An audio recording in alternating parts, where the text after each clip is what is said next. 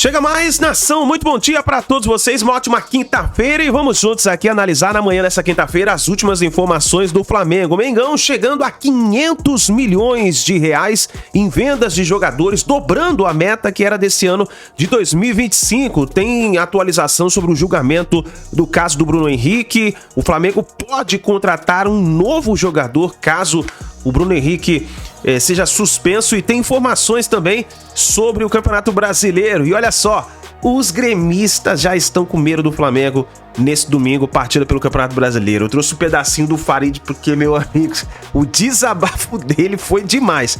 Bom, vamos analisar tudo isso aqui no nosso canal, mas antes faz o seguinte, chega aqui, dá aquela moral, deixa o seu like, vamos bater juntos aqui uma meta de 3 mil likes para esse vídeo. Para isso eu preciso demais da força da torcida do Flamengo em peso aqui no nosso canal. E se você não é inscrito aqui no canal Meu Mengão React, se inscreva, ative o sino das notificações para você receber sempre as informações do Flamengo. Coloca aí nos comentários de qual cidade você acompanha nossos vídeos. Você tá no Pará, Piauí, Tocantins, Alagoas, Maranhão, Rio Grande do Norte, Pernambuco, Bahia, Ceará. Põe seu estado, a sua cidade, pra gente saber onde tem torcedor do Mengão. Deixa os créditos ao canal do João Guilherme Benê Casagrande, ao canal do Farid, link na descrição como créditos. Vamos lá para as últimas informações do Flamengo. Atingiu realmente mais de 500 milhões de reais em venda de jogadores nessa temporada, hein, minha gente? É um valor realmente espetacular. O Flamengo acertou a venda do Matheus Gonçalves para o Al Ahly da Arábia Saudita, 8 milhões de euros, 50 milhões de reais, né? Ele já vinha um pouco desgastado, tinha pouca chance na equipe principal do Felipe Luiz, e quando tinha a chance não aproveitou bem.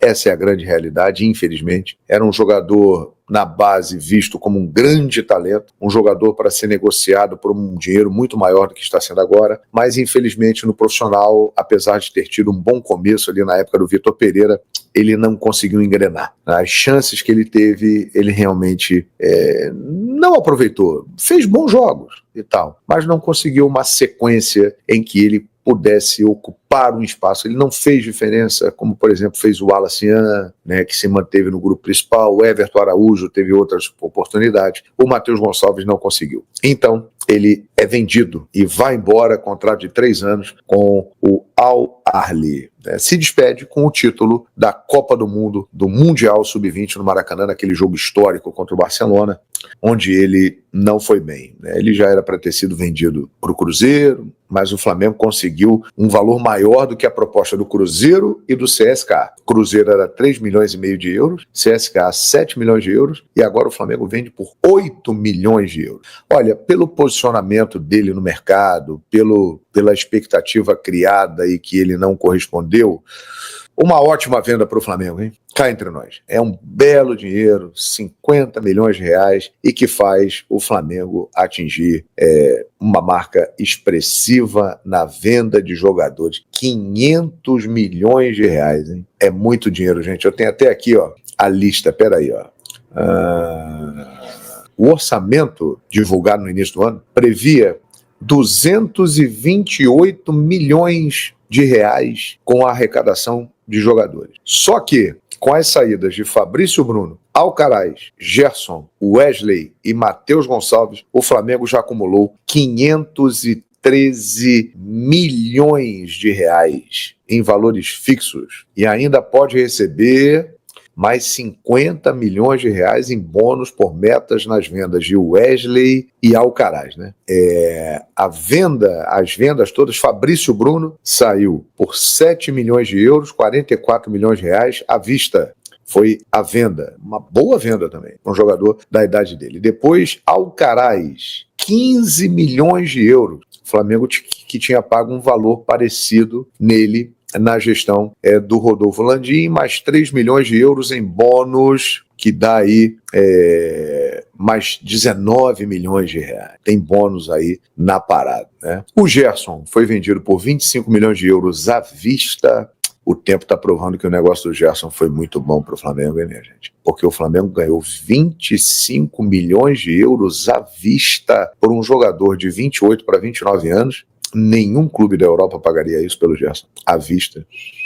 E o Flamengo fez reposições que deixaram o time melhor, no meu entender. O Flamengo melhorou. Então, o tempo provou que é um baita negócio, né? O Matheus Gonçalves, a gente já disse aqui, 8 milhões de euros, 50 milhões de reais, e ainda teve o Wesley para Roma, 25 milhões de euros. Então, o Mengão nadando em dinheiro, 80 milhões de euros em vendas, 513,3 milhões de reais, e a janela fecha no dia 2 de setembro, que no caso é na próxima terça-feira, minha gente. Até lá, muita coisa pode acontecer, principalmente por causa dessa informação que eu vou passar aqui agora para vocês, e que foi confirmada hoje no início da noite. O STJD, Superior Tribunal de Justiça Desportiva, marcou a data do julgamento de Bruno Henrique, aquele caso, né, que ele foi acusado de ter forçado o cartão e beneficiado apostadores em 2023 no jogo contra o Santos em Brasília pelo Campeonato Brasileiro, né? O inquérito corre na Justiça Comum e, além disso, o STJD marcou hoje a data do julgamento do Bruno Henrique na esfera esportiva. É importante frisar isso. Esse julgamento que foi marcado hoje é na esfera esportiva e é o que interfere diretamente no Flamengo, porque o Flamengo pode perder o jogador, né? E aí o julgamento será no dia 4 de setembro, na próxima quinta-feira, 9 horas da manhã, na sede do tribunal no centro do Rio de Janeiro, né? É isso aí. Além do Bruno Henrique, também foram denunciados o Vander Nunes Pinto Júnior, o irmão dele, Andreu Salles Nascimento dos Reis, Claudinei Vitor Mosquete Bassan e Douglas Ribeiro Pina Barcelo, amigos de Vander, amigos. Segundo as investigações, Ludmila Araújo Lima, esposa de Vander, Poliana Esther Nunes Cardoso, prima do jogador, que também fizeram apostas e estavam sendo investigadas. Ficaram fora da lista de denunciados do STJD. E aqui é que vem o detalhe. O Bruno Henrique foi denunciado pela Procuradoria do Tribunal em vários artigos do Código Brasileiro de Justiça Desportiva.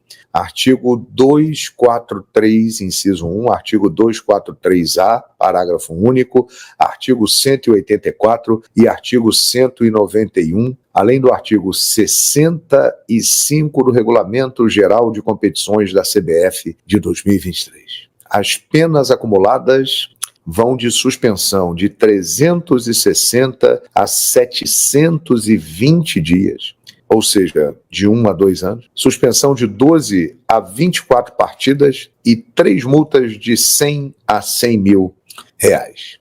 O Bruno Henrique, né, está seguindo a sua rotina normalmente, ele é jogador do Flamengo, ele não foi condenado, ele será julgado. Então, enquanto não tiver uma sentença, ninguém pode dizer que o Bruno Henrique é culpado.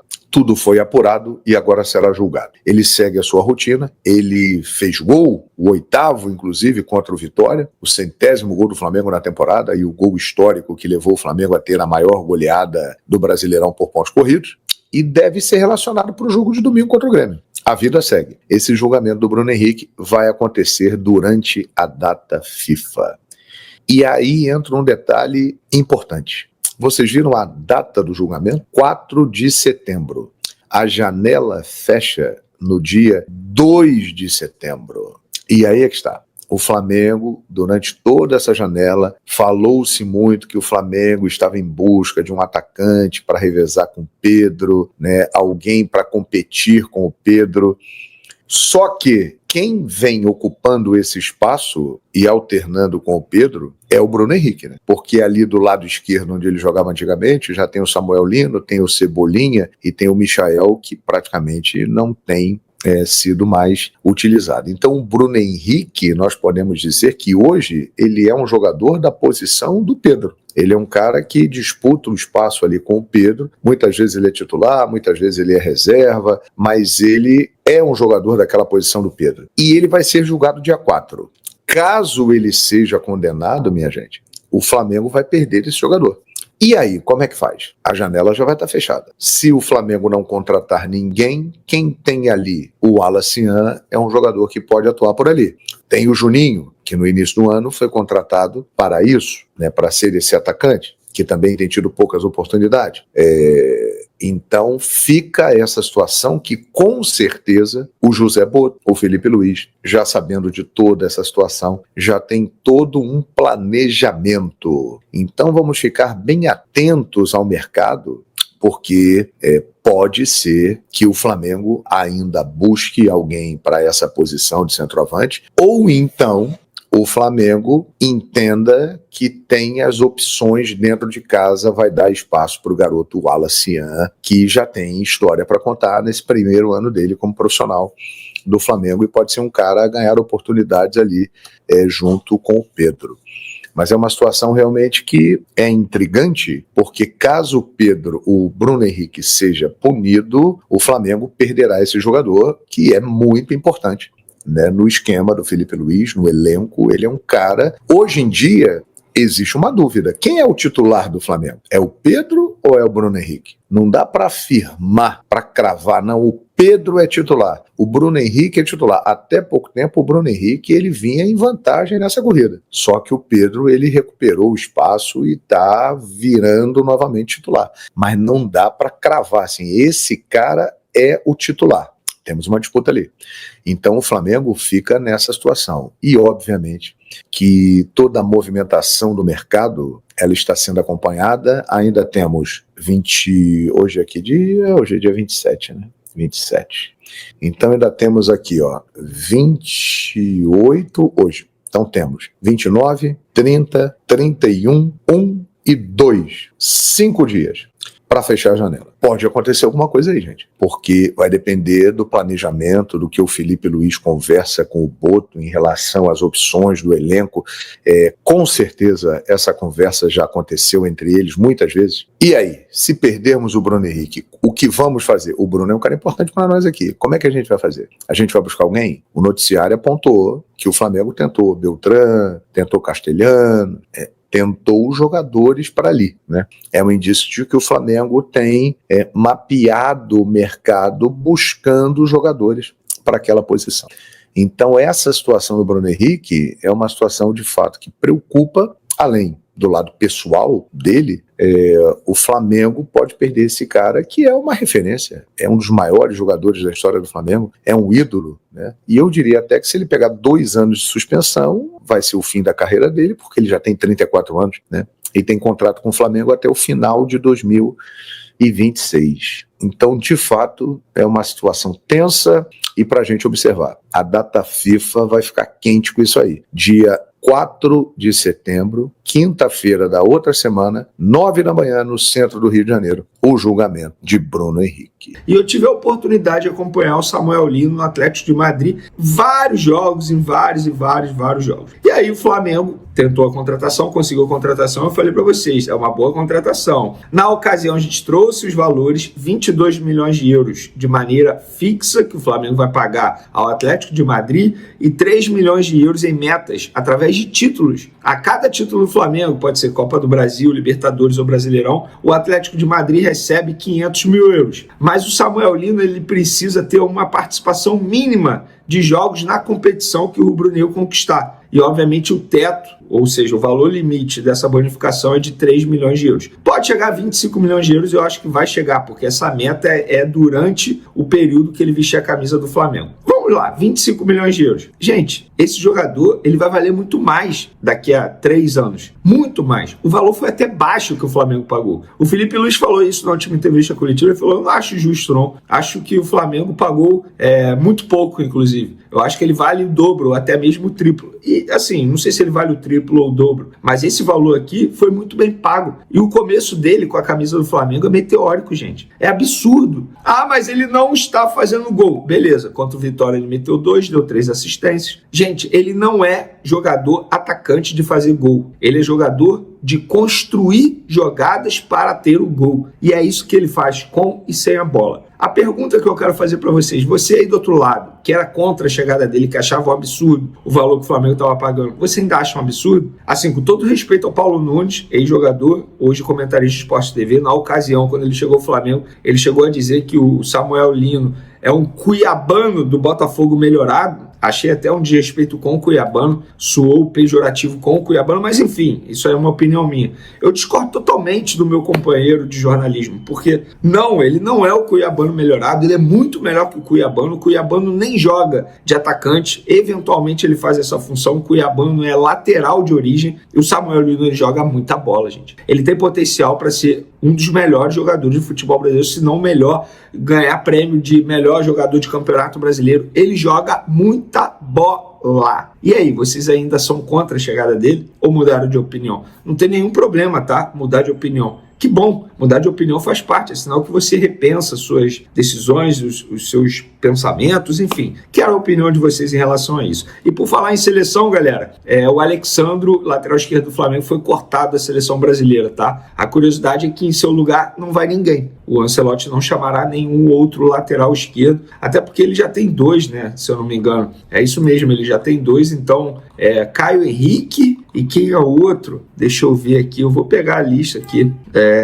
Enfim, ele não vai chamar ninguém. Para a vaga do Joelton, volante, ele chamou o Jean Lucas. Aquele Jean Lucas, cria do Flamengo, que hoje está no Bahia, a primeira vez que ele é convocado para a seleção brasileira. Parabéns ao Jean Lucas, eu particularmente sempre acompanho o futebol dele, torço muito por ele, porque é uma baita pessoa, um baita jogador, inclusive, uma família maravilhosa. Abraço para todo mundo lá do Jean Lucas. Vamos lá, galera, próximo assunto. O Flamengo é uma máquina de fazer dinheiro.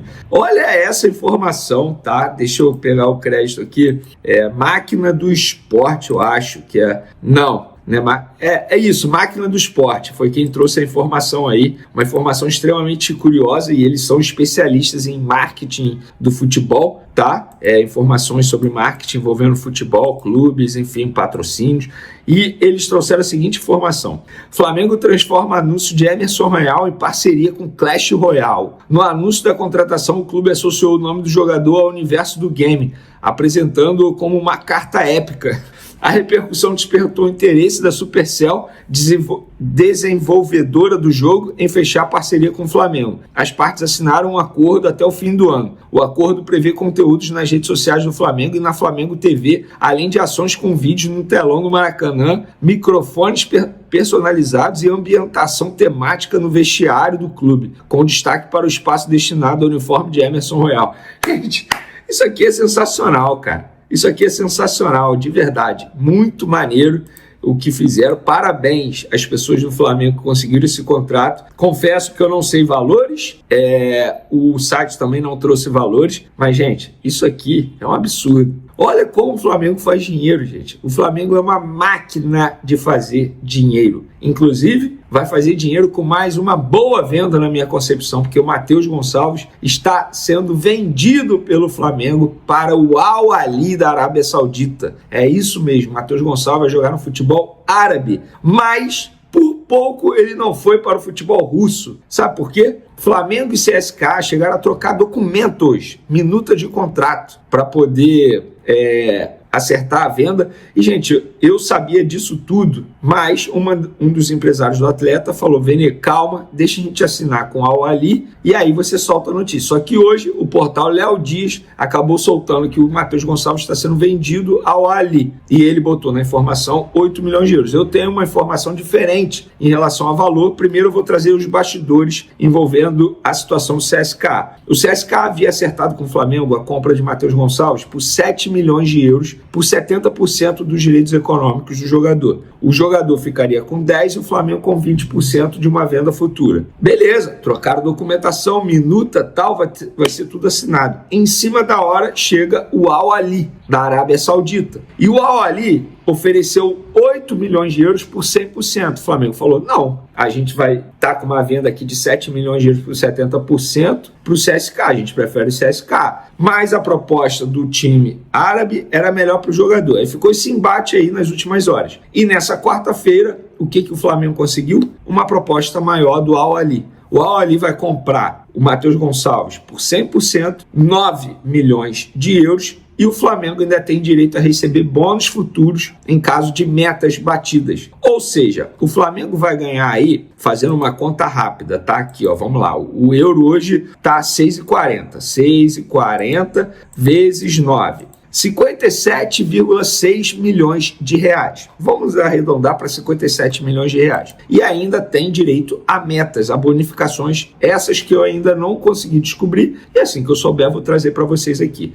E por que eu acho que é uma baita venda? Eu preciso ser coerente. O jogo do Mundial Sub-20 mostrou porque ele não terá oportunidade no Flamengo. Não é um jogador intenso, não conseguiu ter intensidade, não conseguiu ser decisivo diante de um Barcelona Sub-20. Pelo contrário, ele jogou até mal, segurando muita bola, prendendo muita bola. Lá no Maracanã, e eu estava lá, tinha gente vaiando o Matheus Gonçalves. Veio a penalidade máxima, inclusive ele perdeu um pênalti. No time profissional, ele não seria mais utilizado, tanto é que ele seria vendido ao Cruzeiro por 3 milhões e meio de euros por 50%. E essa venda só não saiu porque a repercussão foi extremamente negativa quando vazou. Aqui no canal Vini Casagrande, peço desculpa, esse é o meu papel. Na verdade, foi até uma boa, né? Porque o Flamengo ia fazer uma venda ruim para o Cruzeiro. Mas, enfim, em cima da hora apareceu o Al Ahly da Arábia Saudita e vai levar o jogador. O jogador vai atuar lá no futebol árabe, muita gente questionando isso. Eu vou ser bem sincero, gente, assim, eu não sei quanto que ele vai ganhar lá, tá? Mas provavelmente não será um salário baixo, será um salário bem alto. Ele tem apenas 20 anos. Eu não dou 3 anos para um clube brasileiro, ou até menos, um clube brasileiro chegar e repatriar esse jogador. É um jogador que tem muito potencial, mas no Flamengo ele não terá oportunidade. Tal como o Lohan, por exemplo, que está sendo emprestado com uma obrigação de compra ao Pisa da Itália. Obrigação essa, se ele disputar 50% das partidas como titular durante o empréstimo de um ano, o time italiano é obrigado a pagar ao Flamengo 4 milhões de euros por 50%, o Flamengo mantém 50%. O Flamengo está certo em negociar Lohan, tem que aproveitar o momento, porque com o passar do tempo eles só vão se desvalorizar. O Flamengo agora busca alternativas para Vitor Hugo, Michael e Juninho. São os 3 próximos que o Flamengo quer negociar. Entre aspas, eles estão na vitrine. E aí, quem vai levar, quem vai comprar ou quem vai pegar por empréstimo? Diz aí. Não sei, eu tenho essa impressão que pelas próximas 4 rodadas o Flamengo tem vida mais fácil. O Casão voltou. Quero ouvir o Casão e quero colocar a tela de novo aí. Diga lá, Casão. Não, eu estava falando, quando caiu o negócio aqui, é o seguinte: se você fala de espanholização, não é, hein, Tironi? Eu falo. Então, isso pode ser que modifique para bayernização. Flamengo disparar e virar o Bayern de Munique no Campeonato Brasileiro.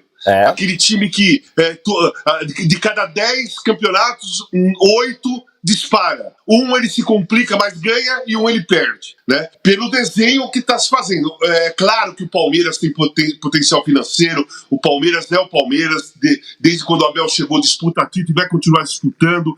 Só que eu estou vendo o Flamengo montando elenco muito superior em quantidade e qualidade do que os outros times, cara. O elenco do Flamengo é absurdo, cara. O time está jogando com Luiz Araújo, por exemplo, Plata, Bruno Henrique e Samuel Lino. Aí no segundo tempo, o Felipe Luiz põe Luiz Araújo, Pedro e Everton Cebolinha. Luiz Araújo, Pedro e Everton Cebolinha, que alguns jogos entram depois, seriam titulares em qualquer equipe do Campeonato Brasileiro. Então o Felipe Luiz, só no ataque, ele tem dois ataques, que ele pode, 6 jogadores que ele pode colocar do jeito que ele quiser, pode misturar os trios, né? Que todos os 6 poderiam ser titulares em qualquer time do Brasil, do Campeonato Brasileiro. Então eu acho que se o Palmeiras não começar a contratar também alguns jogadores já prontos, que chegam prontos para jogar, não jogadores bons como ele contrata, mas muitos jovens que ainda demoram um tempo para se enquadrar, para se habituar, para entrar no esquema, ou contrata, pelo menos quando contratar 5, 3, que você pega e põe, né, como Jorginho, né, como Samuel Lino, como Saúl, né, enfim, como jogadores que o Flamengo compra. O Flamengo compra jogador e põe para jogar. Não são jogadores que ficam testando. Então o elenco vai aumentando de quantidade e vai ficando super potente em qualidade. E aí o que acontece? Lá tem um trabalho muito bem feito, principalmente com o Felipe Luiz, que os jogadores que estão no banco, eles não estão irritados por estar no banco, eles estão motivados pela competição entre eles. E aí acontecem essas coisas, mete 8 com ataques diferentes, o Pedro não joga um jogo, no outro jogo entra e faz 3. Né? Aí entra o Bruno Henrique, bate o pênalti, aí o Luiz Araújo faz 1, 2, aí o Samuel Lino faz 1, aí o Plata faz o outro. Todo mundo faz gol naquele time.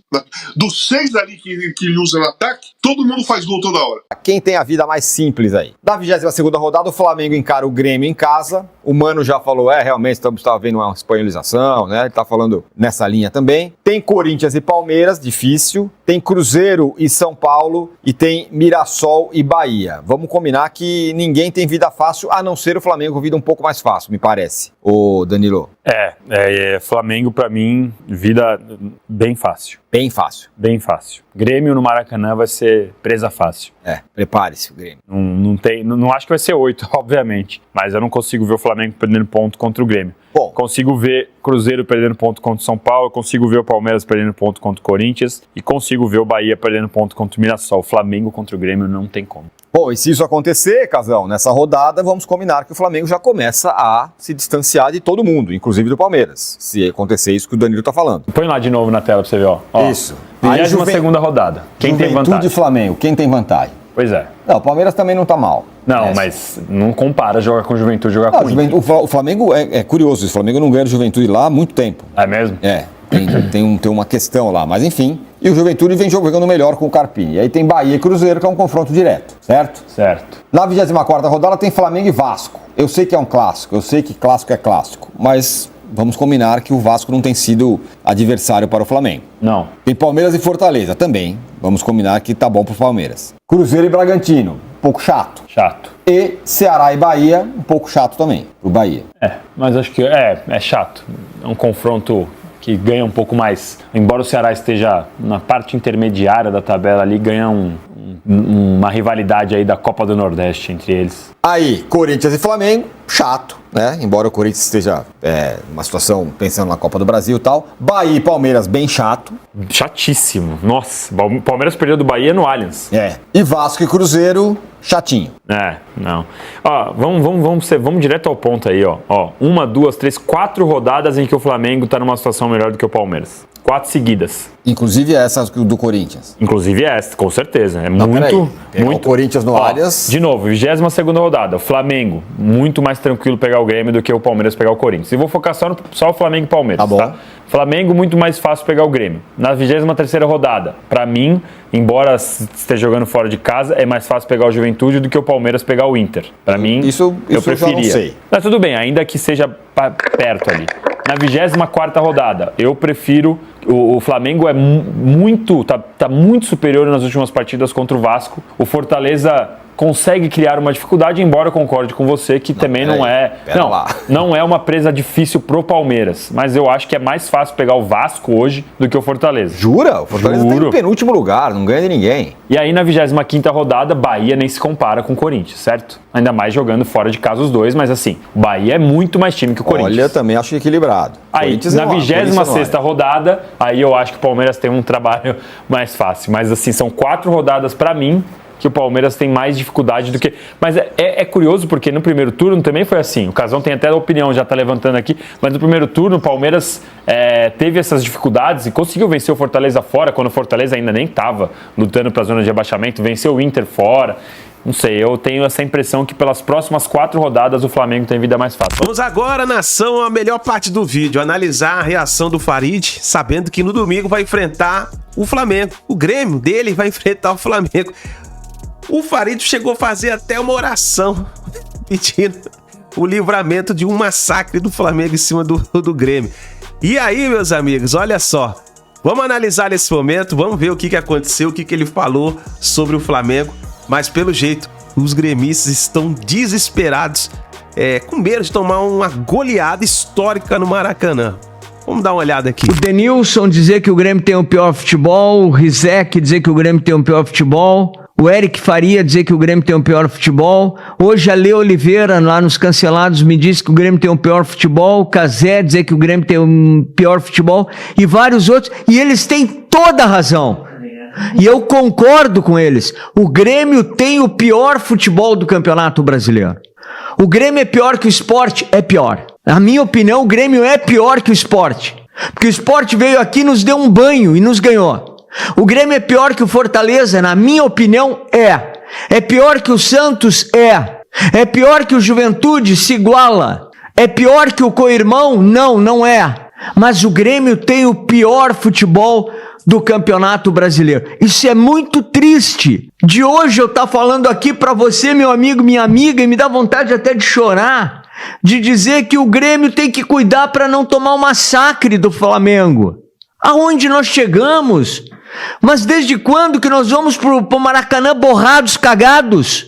Não, porque nós vamos cagados pro Maracanã. Cagados, desculpa o termo. Pode estar tomando café da tarde, da noite, essa hora, já antecipando a janta, um lanche, mas o Grêmio vai cagado pro Maracanã. Isso não é possível. Onde está a história do Grêmio? Onde está a tradição do Grêmio?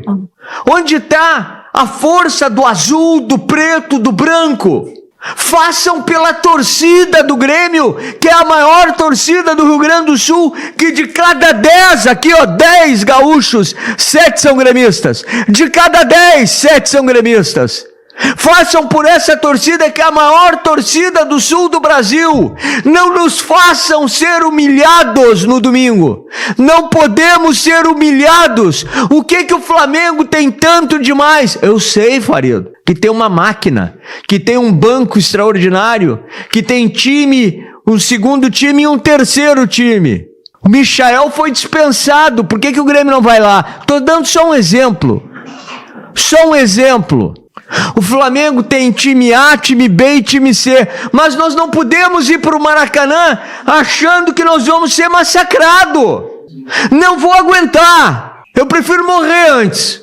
Eu não vou aguentar ver o Grêmio ser humilhado. O que é humilhado? Tomar 3-0 para mim é humilhação. Porque eu sou do tempo que eu ia no Maracanã e eu encarava o Flamengo.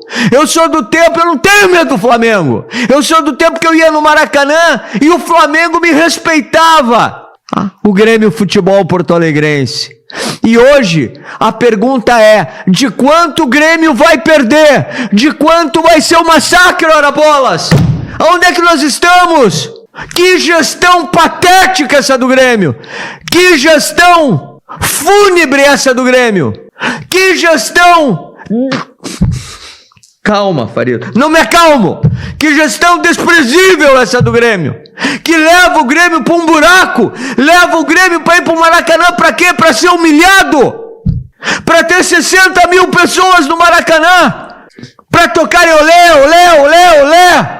Eu não admito o Grêmio assim. Isso é não ter vergonha na cara, Volpe. Não ter vergonha na cara. Marcos Rocha. Tô falando do time que jogou o último. O Kahneman. O Balbuena, coitado, que sequer vai jogar, vai ser operado. O Marlon.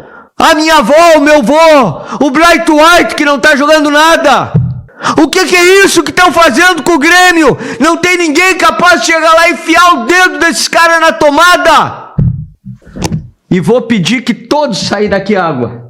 Que todos os gremistas que me acompanham agora em Porto Alegre, no Rio Grande, no Brasil e no mundo, deem-se as mãos. E se estiverem sozinhos, agarrem suas mãos ou ergam as mãos para os céus. E comigo numa única só voz, com todos os santos e com Deus nosso Senhor Jesus Cristo nos protegendo e nos abençoando e nos livrando do vexame. É uma oração para o livramento do vexame. Uma oração para o livramento do vexame. Uma oração para o livramento do vexame. Perdoai as nossas ofensas, assim como nós perdoamos a quem nos tem ofendido. E não vos deixeis cair em tentação, mas livrai-nos do mal que é o ataque do Flamengo, do mal que é a máquina do Flamengo, do mal que é o meio-campo do Flamengo, do mal que é o time do Flamengo, do mal do massacre do Maracanã, do mal de 8 gols, 7 gols, 6 gols, 5 gols, 4 gols, 3 gols. Nos livrai-mos do mal. Amém. É isso aí, nação. Tá aí a indignação aí dos gremistas. Cara, o que vai acontecer nesse domingo, hein? Será que vai ser outro massacre do Flamengo? Eu já gostaria que você já colocasse aí o seu palpite aí nos comentários. Vamos ver o que vai acontecer nessa partida. Mas o Farid aí tá indignado. Os gremistas estão em choque com o Flamengo após o 8-0 em cima do Vitória. Vamos ver o que vai acontecer, nação. Obrigado por você estar aqui até o final do vídeo. Não se esqueça, dá aquela moral, deixa o like, se inscreva no canal e assim que a gente tiver mais informações do Flamengo, vamos trazendo pra vocês. Grande abraço, a gente se vê no próximo vídeo.